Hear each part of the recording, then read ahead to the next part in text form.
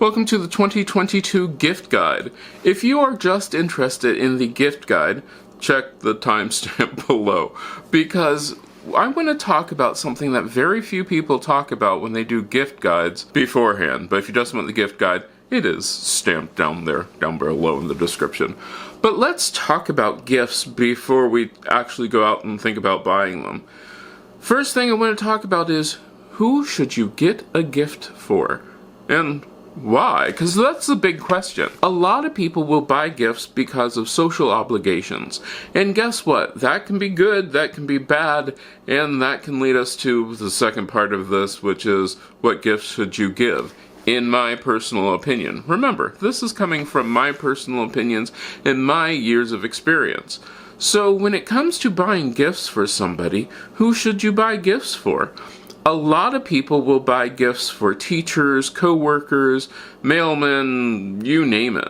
And a lot of that becomes a problem. Not just for you, the gift giver, but for that person, the gift receiver. Let me use an example. One of the best examples I can think of is a teacher. Okay, so she has 30 people in her class. Excellent. And she gets a trinket or a tchotchke or some best teacher statue from 30 people. That's a lot of statues. I mean, that's a whole lot of statues. The question becomes, what does she do with them all? I mean, some of my friends who are teachers in elementary schools, they have like 4 and 5 classrooms where all 30 kids are wanting to give her something. What do you do with that? And you know what happens? I know you don't want to hear this, but she ends up giving most of it away because, well, you can only have a house so filled with stuff. That's not that great. Do you know a lot of people are not expecting to get a gift? Because one of the things that we have a tendency to do is we have a tendency to give gifts out of social obligation, not because we want to give a gift to somebody that we actually, care for and cherish and actually respect, or those sort of things. And a social obligation gift can be a problem. I mean, like a big problem. Like I said, the teacher who keeps getting a whole lot of stuff year after year that's not that useful, and okay, no, don't do that to people. Don't just give your mailman a best mailman mug. He doesn't want it. No. So you're saying, well, what should I do? Who should I give a gift for? Well, think about it this way. If you know that person well enough that you know what to get them, those are probably the people who you should give a gift to. The people who you have some sort of relationship with, that's a real relationship, where if it were a Friday night, you would actually call them up and see what they were doing. That's a real relationship for a pretty good gift. The other people that you want to think about are the people who go above and beyond what other people would do. That special person who does something for you more than what their job entails. So that's a good person to give a gift for, and it's a good way of, saying thank you for really doing a great job. Now, a lot of this gets sort of convoluted when you start adding in the whole tip system, which I am not going to get into. This is not a video about tips. This is about gifts. So, do you have to give a gift to somebody who you tip? It's up to you. It really is. Giving gifts is completely and totally up to you. And having people think that you should give them a gift just because... No, not really. No, really. If you have a relationship with that person, if they are close to you, if they're the kind of person who you would hang out with on a Friday night, a Saturday night, that's probably somebody who you want to give a gift to. And that's the big thing. It should be somebody who you're giving a gift to who you really want to give a gift to. But then the question becomes, well, what do you give them? Now, if you are in that position where you are socially obligated and you feel you have no choice but to give a gift, I'm thinking there's something that we need to really correct. And that is the fact that cash is a gift. A lot of people feel that cash is not a gift. However, cash is a gift. Money is a gift. Why am I not saying we'll give a gift card? Well, because you don't know where exactly they are going to shop. You can get, like, the credit card type of gift cards, like a Visa or MasterCard gift cards. I have links down below of my affiliate links for those sort of things. But giving a gift that actually is like cash and they can actually use it wherever, that would be really, really cool, because then the person can decide what it is they want to do with it. For all you know, they need that money for actually paying rent or something. That would be really nice. Paying rent is a good thing. Buying groceries is a good thing. The other thing to think about is, how do you know that person? What exactly is that relationship? If you are a group of people who, like, go out for a wine Sunday every Sunday and you want to get that person a gift, there you go. It's sort of a built-in, here's the thing that we can do for this gift. It is an activity that you share, you understand that person, you have some sort of meaning. Yeah, those are nice gifts. Those are gifts that are really cool, because the more you know somebody, hopefully the more you understand what a gift for them would really be. And I've said this before in other videos, don't decide that what the person asks for is not a gift because it's not something that you would want. It's not your gift. It's their gift. If they ask you for something, and even if you don't think that's really a gift, to them it might be the best gift ever. So really think about that. Your relationship with them, what you know that they do, what you know that they like, what you know that they want, versus what you want to give them, because those might not work all that well. Then the other thing to think about is, are you expecting a gift back?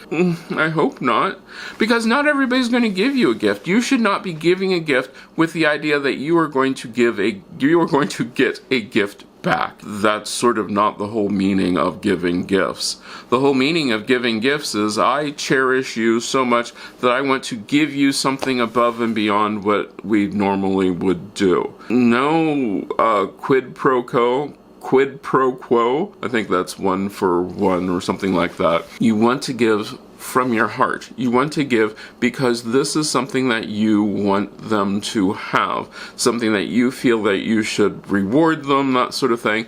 However, be super careful, because one of the things that I've learned more and more as I've been researching this, in a lot of cultures, gifts are kind of weird, because some cultures believe that the gift that you give, especially if it's a monetary gift, you're almost implying that they are poor, or there's something bad about the gift. So you have to be careful and know that person, know their culture, know what they are before you give a gift. And that goes back to what I said earlier. Remember that part where I said you really want to know somebody before you give a gift, versus just giving a gift because, well, it's socially acceptable and socially... I wouldn't even say acceptable is the word. I would say it's socially forced upon you. No, not that great. Please, this year, know your person. I mean, it's just like read the room. Know the audience, know something of that person is going to make the gift giving easier. If you don't, it's going to be a little bit more difficult. Now, the gifts that I have, or I'm going to tell you about, are what I think is pretty cool, or what I have found that I wouldn't mind getting these sort of things, because one of the things which I am really, really big on is actually getting gifts for people that they're going to use, versus giving a gift that's going to sit up on a shelf and then demand to be dusted, because guess what? The first chance that person has, they're going to try to get rid of it.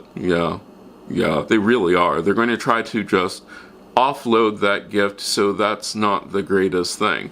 One of the gifts which I can tell you right now, which would be really cool, and I'm not 100% certain how you would do this, hopefully by the time I get this video out, check the description, you can give them the gift of storage. And I mean digital storage, not just the whole... that'll be listed in the description and later on in this video. Not just a flash drive or those sort of things. Do they even call them flash drives anymore? Not just a drive to store things, but the gift of storage is amazing. I personally never have enough room for everything that I want to store, all the videos, pictures, those sort of things. Giving that gift is above and beyond anything you could possibly imagine. And that's really cool. Having the ability to save those memories, to save those things, wow. I love them. One of the best gifts that I ever gave my family, I spent one entire summer scanning all the pictures that we had, which is cool. Then everybody got a copy of that scanned file. Yeah. So that was a nice gift. However, there were problems with that, and this is what I'm finding now I'm going back through and adding like all the dates and the names and all that stuff to those files. So had I give them the gift of the link to the mine's up on Google Photos, have I given them that, as I change, add all those sort of things, I could give them the link to that, and they could get this whole big thing of our family photos all together, and that would be really cool, which is probably what I'm going to do this year. Let's talk about the gifts which I think would be really fun this year, and things that I either have or I really want. One of the first ones is, like I said, storage. A flash drive would be wonderful. That is one of the gifts that I got last year. That is the most wonderful thing ever.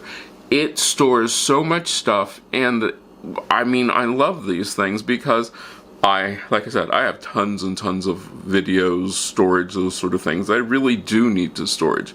That is a great gift. One of the other things which I am absolutely loving that I bought myself was my electric lighter. This is one of those gifts that if you have somebody who has candles, this is so good. It is a rechargeable lighter that you can then, mine has a neck that you can then bend, and you can light all the candles you'd ever possibly want to light with this.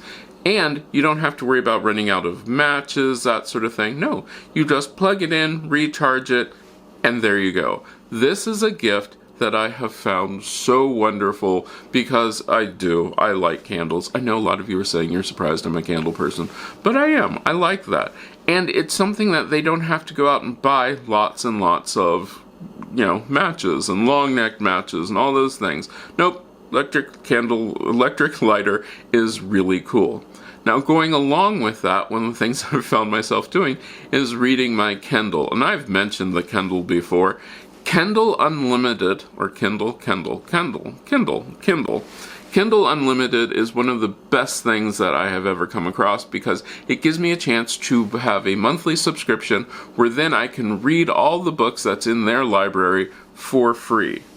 And believe me, I read a lot. And the cool part about this is it gives me a chance to see authors that I wouldn't necessarily see. Well, most of the time, it's not a big named author that is going to be in there. These are these smaller authors. But the books are just wonderful, and I read a lot, like a lot. My goal this year was to read 48 books. As of recording this, I am at 54. So yeah, I read a lot, and I read them on my Kindle. There is a new Kindle versus mine. The Kindle Paperwhite ink, yes, is the newest thing. I think we are at generation 11 is the new one.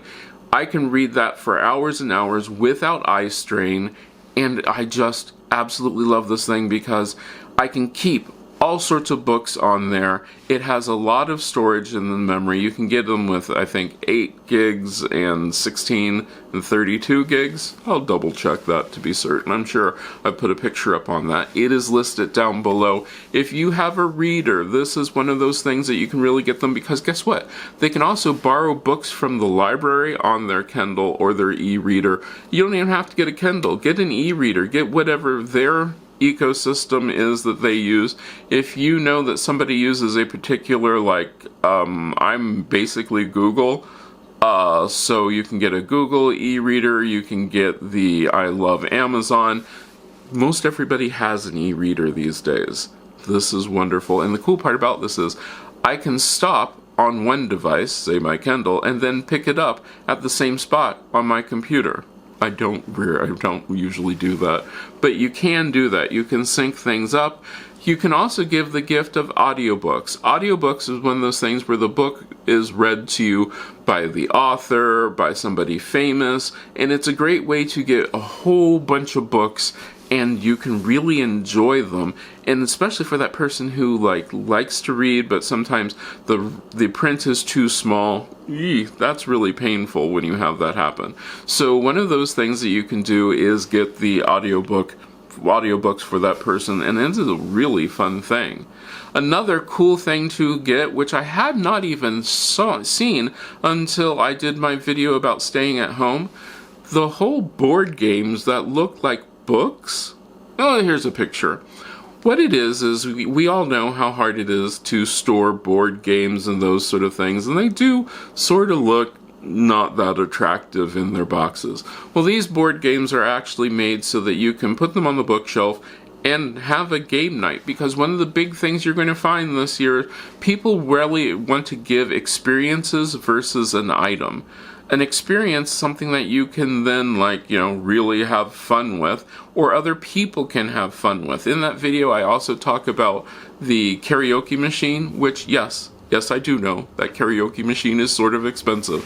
However, it's worth it because it gives you a chance that you can have a lot of fun with it. Get a group of people together and it would be a fun evening. If you are more interested in doing something like, people who are wine drinkers, you can get small bottles of wines, different kinds of wines, and create that into a wine tasting gift. Wouldn't that be fun? A whole basket of different kinds of wines with wine cards that they can then decide how well they like that wine. It would be a lot of fun to give that to somebody. You can do that with beer, all sorts of different beers, give them a beer tasting kit. How much fun would that? Now, if you have somebody who loves to make beer making kits are one of those fun things. I personally make mead. And it's really cool, even though I don't drink the mead, I usually give it away. It's really cool to give that to somebody who is going to use that, including cheese making. I have the most fun making cheese. Making cheese is so easy, it's so much fun. It's great, but it's one of those things where you really need to know that person, what they do like to do and what they don't like to do. Making cheese is great. The iRobot Roomba, I can honestly tell you that this thing has saved my life so many times because I no longer have to vacuum my floor. There is a newest version of it, which I'm reading this off of my phone. It is the iRobot Roomba Combo J7, which can mop, and I do believe it mops and vacuums. It is the great thing about this is it can mop, it can vacuum, it can do all of those things. It's something that you don't have to do. And that I really like about this, and it saves me time because, once again, while this isn't an experience, this gives me the ability to have different experiences. I can let this thing go, have it clean my house, and all is right with the world simply because it's really cool. It is really nice to have something that saves me time. So if it can't be an experience, it can be a time saver, which is great. Another thing which you might think about getting people is the Rosetta Stone learning experience, which is an unlimited experience where they can learn all sorts of languages. This is a great thing for somebody who wants to learn different languages. You can do this by going through this and you've heard of Rosetta Stone by now. It is a great way to learn different languages, and you are giving them the ability to use this.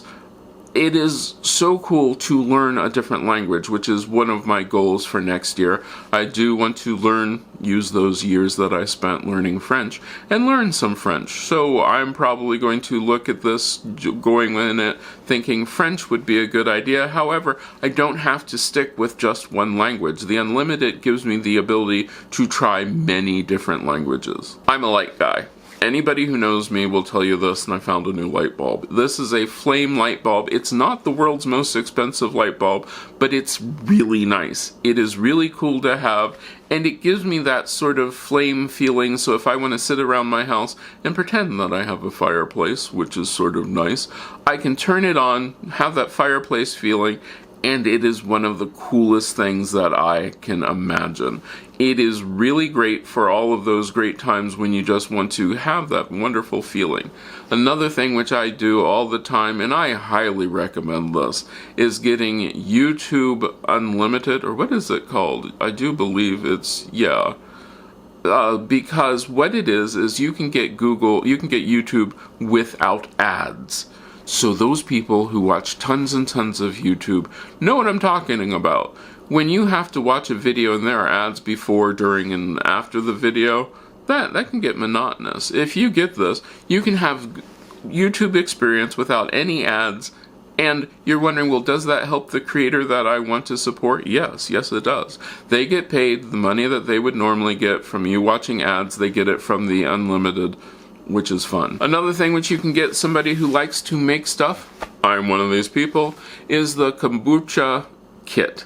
This is one of those great kits where you can get it for the person and they can make their own kombucha, which is something which a lot of people are doing now.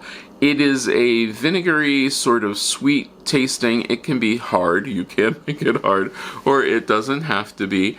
It's one of those things where I'm feeling that more and more people are wanting to give something to somebody that when they are using when they're using the gift or done using the gift, they have created something, which is nice. It's nice to have a gift that doesn't just sit there, that you can use over and over again to make more stuff. And that's really cool. This is the year where we give experiences, and one of the experiences is making something. Now, you might have people who don't want to make anything. Hopefully you know who those people are, and you're not giving them the gift that, hey, I'm going to give you a cheese making kit even though you don't like to do that sort of thing. If that's the case and you have no idea of what to give that person who you want to give something to, that's when you give them the cash or a cash type gift card. Those are my really big suggestions. These are the things I can come to you and say, hey, I've experienced these things, I really like them, and I think that you would like them too. So that's my list.